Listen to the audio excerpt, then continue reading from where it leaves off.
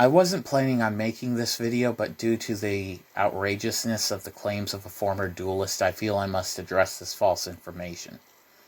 For this video, we'll call him John. Just John. John was fired from the Olney Heritage Duelist League by RedMyst for cyberbullying a man who was diagnosed bipolar schizophrenic. Even though this person was not a member of the Olney Heritage Duelist League or Duelists Sans Frontières, we felt the nature of the infraction was severe enough. And on March 9th, 2018, I was sent 25 screenshots after the incident occurred, and I forwarded them to RedMyst. Immediately after being informed of this incident, RedMyst fired John. John was also under investigation for cheating in a Duelists Sans Frontières World Championship match duel on November 11th, 2017 against Savril.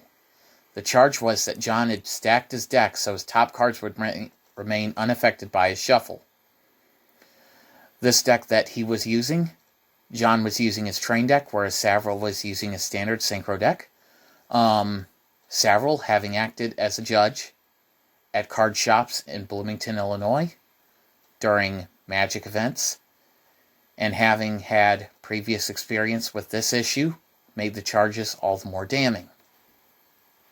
This combined with several other separate occasions where John was caught cheating by stacking his deck or illegally activating cards, for example, activating Scapegoat after normal summoning in the same turn, in duels against either myself, Kalar Draga, Lord of Gehenna, Grunix, who was no longer a part of the Olney Heritage Duelist League, and other duelists. I did not dispute RedMyst's decision to terminate him. After John's firing, a hearing was held between the executives of both the Olney Heritage and Pontiac Duelist Leagues on April 26, 2018, regarding John's cheating and his unsportsmanlike conduct. As a result of unanimous vote between the owners of Duelists Sans Frontières, the termination was changed to a lifetime ban, and all championship reigns by John were stripped from him as a result of his cheating in those duels. I would now like to address the lie that John has been telling that he should be the sole inheritor of the Olney Heritage Duelist League and its property.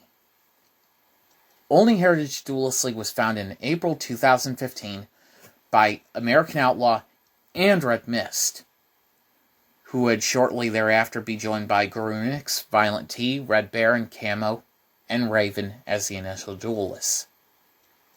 In 2016, American Outlaw contracted MRSA, which is a severe staph infection, and RedMyst would take the helm of Olney Heritage during American Outlaw's incapacitation.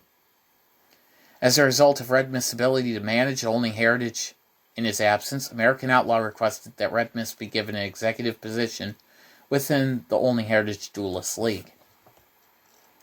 On January 14th, 2017, the Duelists Sans Frontières charter was ratified in Olney, Illinois, with RedMyst being named first executive officer and Violent T being named second executive officer of the Olney Heritage Duelist League. This signing established that if American Outlaw became incapacitated, retired, or passed away, that RedMyst would become majority owner of the Olney Heritage Duelist League and Violent T minority owner of the Olney Heritage Duelist League. Upon American Outlaw's passing on April 13th, 2017, RedMyst became 70% majority owner. After a phone call with Violent T, Kalar Draga would be given 15% ownership of Olney Heritage Duelist League, with Violent T retaining 15% ownership. I will have my paralegal, William, speak on this subject briefly for legal clarification. William, if you could. I'm primarily here just to state the facts of what is presented and be a witness to what the papers are seen. If I may. Yep. Go ahead. Particular am I looking at real quick? Right. January 14th. Okay. The signatures are myself, Kalar Draga, Executioner, and Mantis. In that case, then, with there being a clear-cut hierarchy on who would succeed, there would be no other person who could legally state that they can take ownership, if that, with it being a contracted thing. I'm a little lost on words, but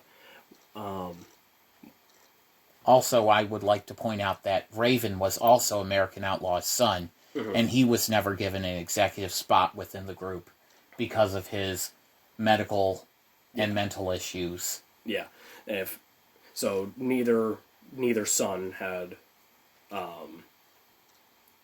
ownership. No. And so that would mean RedMyst would be, by all means, the next leader of the Olney Heritage.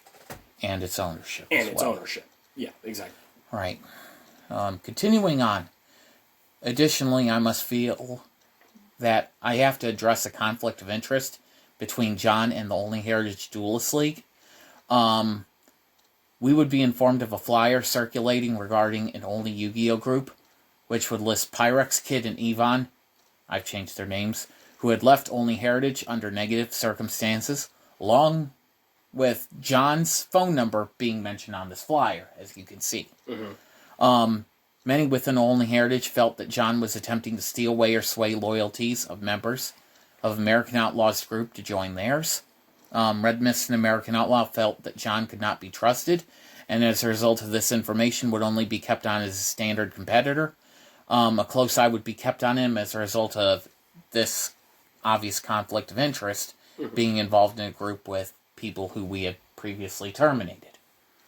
There were reports filed with myself and American Outlaw concerning John's conduct.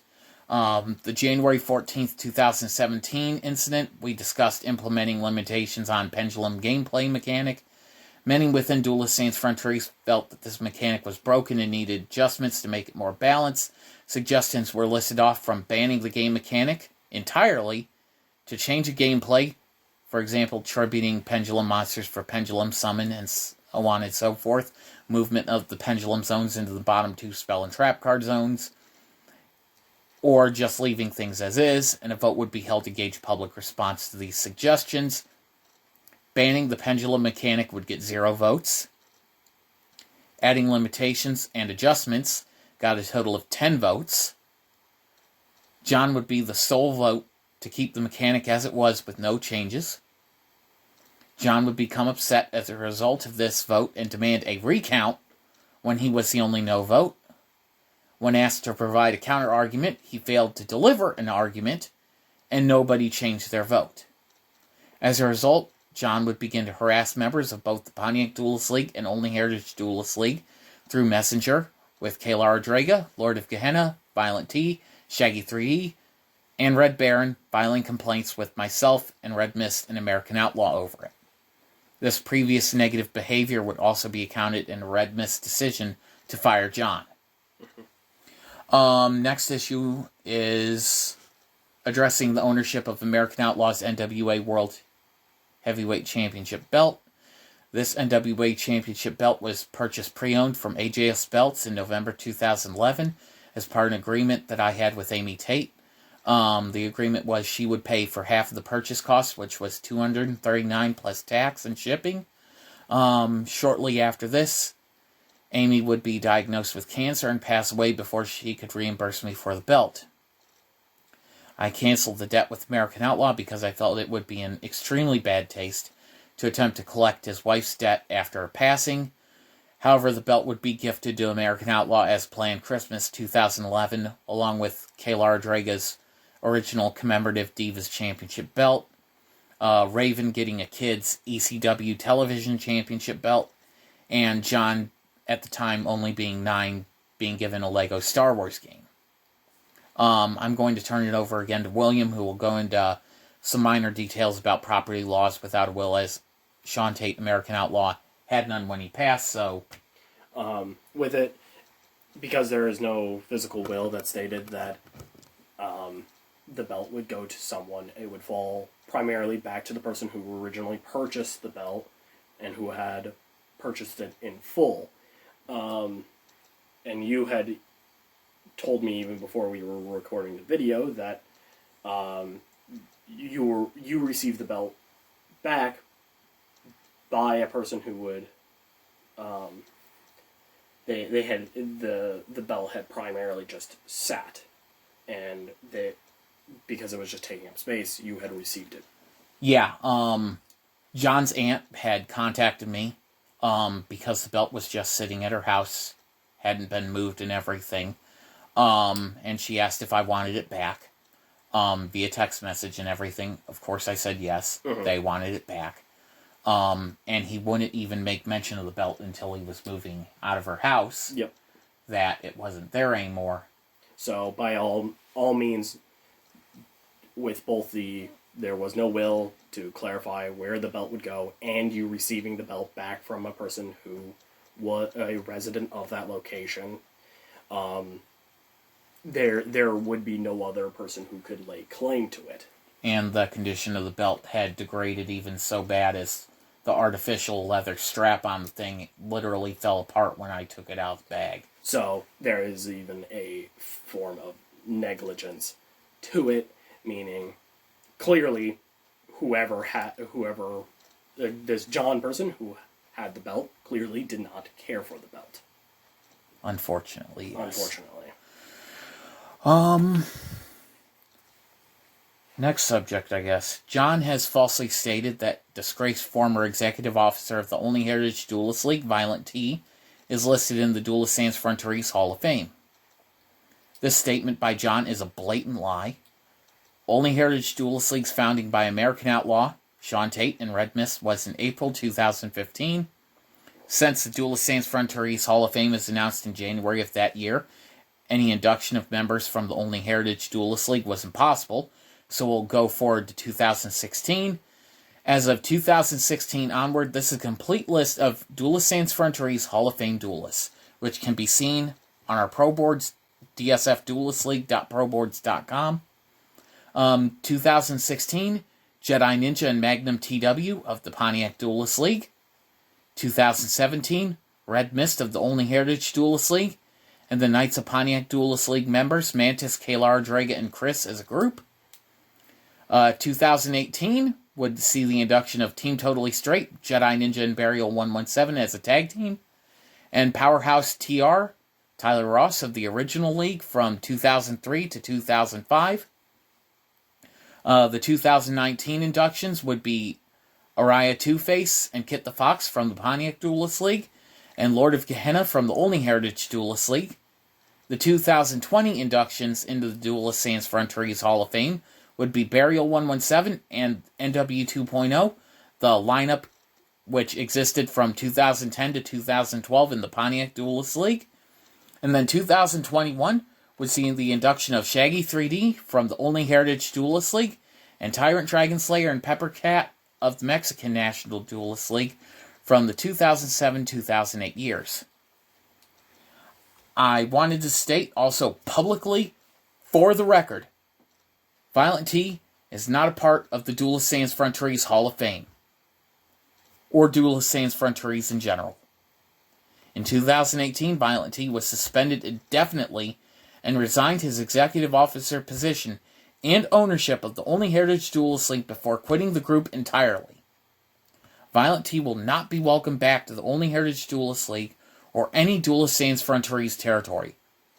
As per the non-disclosure agreement I signed with Violent T's half-brother, I will comment no further on the issue. William, want to just give a brief synopsis of the non-disclosure that you had signed? It specifically stated that you would not comment on this person's, just on this person, meaning if you tried to talk any further about it, it would be in clear violation of it. So, and just to do this video, I had to get permission from his half-brother, as per that agreement, to be able to talk about the little part that was agreed upon for me to talk about. Mm-hmm. Be it just dealing with his career within the group, not outside. Additionally, I wanted to comment that this was not the first time of John committing perjury.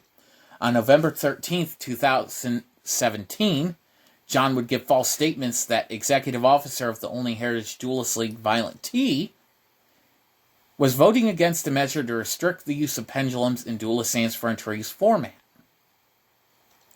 When questioned, I would be provided screenshots that John had indeed committed perjury and lied about Violent T's executive officer's vote on the issue. So we have a clear history of him not telling the truth. Yeah.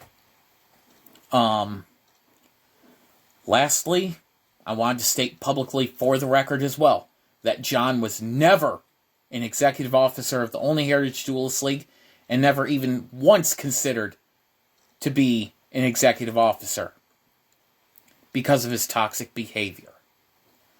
He never had any authority within the Olney Heritage Duelist League other than a standard competitor. As a result of John's reprehensible actions during his tenure of the Olney Heritage Duelist League, he is likewise persona non grata. So, that's it.